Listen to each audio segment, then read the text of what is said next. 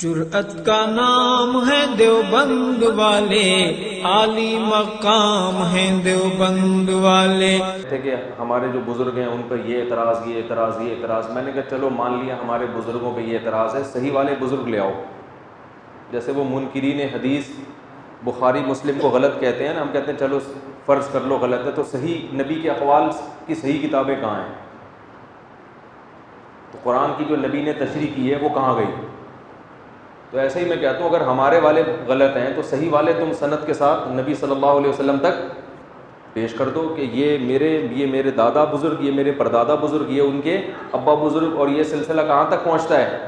محمد صلی اللہ علیہ وسلم تک۔ تو ہم مان لیں گے کہ یہ والے صحیح تھے۔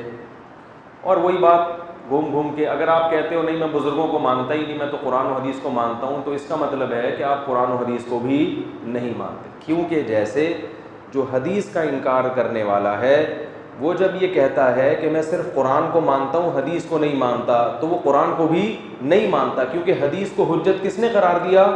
قرآن نے۔ تو اسی طرح جو کہتے ہیں میں بزرگوں کو نہیں مانتا، یہ سب غلط ہیں، میں صرف قرآن کو مانتا ہوں، تو وہ قرآن و حدیث کو بھی نہیں مانتا، کیونکہ قرآن و حدیث کے مطابق امت میں کسی بھی زمانے میں بزرگ شارٹ نہیں ہوں گے، ٹھیک ہے نا؟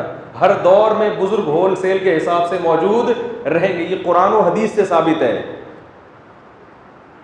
نہیں آ رہی بات؟ ہاں اس میں فرق کرنا پڑے گا، صحیح بزرگ اور غلط۔ تو آپ ہمارے والوں کو، جو ہمارے نہیں ہیں صرف سب کے ہیں، تھے وہ سب کے، لیکن آپ نے چونکہ ان سے کنارہ کشی اختیار کر لی، اپنے دامن کو ان سے دور کر دیا، اب آپ کے پاس بزرگ ہے نہیں، تو آپ نے جو سب کے بزرگ تھے ان کو ہمارے کھاتے میں ڈال دیا کہ یہ آپ لوگوں کے ہیں اور آپ ان کا دفاع کر رہے ہو، حالانکہ وہ سب کے ہیں۔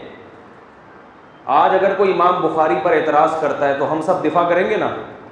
اب وہ کہے کہ تم اپنے بزرگوں کا دفاع کر رہے ہو، بھائی ہمارے نہیں ہیں تو سب کے ہیں، کہ نہیں تمہارے ہیں ہمارے نہیں ہیں، تو ہم کہیں گے تھے تمہارے بھی، تم نے خام خواہ میں اپنے آپ کو ان سے برات کا اعلان کر دیا ہے، تو سب کے ہیں۔